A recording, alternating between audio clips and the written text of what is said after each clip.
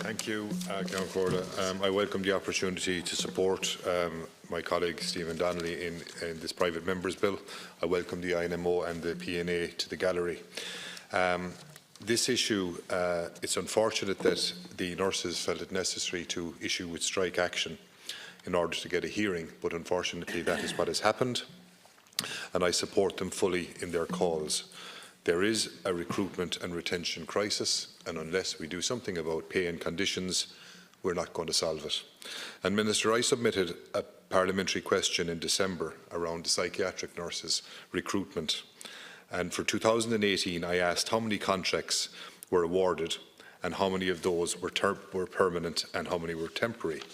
The reply I got was 176 contracts in 2018 were awarded, of which 56 were temporary contracts, in other words 33%. So Minister, how in a crisis situation are we going to solve the situation by offering temporary contracts to a third of those we employ? If you want to keep on to people, you offer them training, education, pay and conditions and permanency. The same figure could be applied to the INMO temporary contracts. If we want to deal with this crisis realistically, pay is an extremely important issue.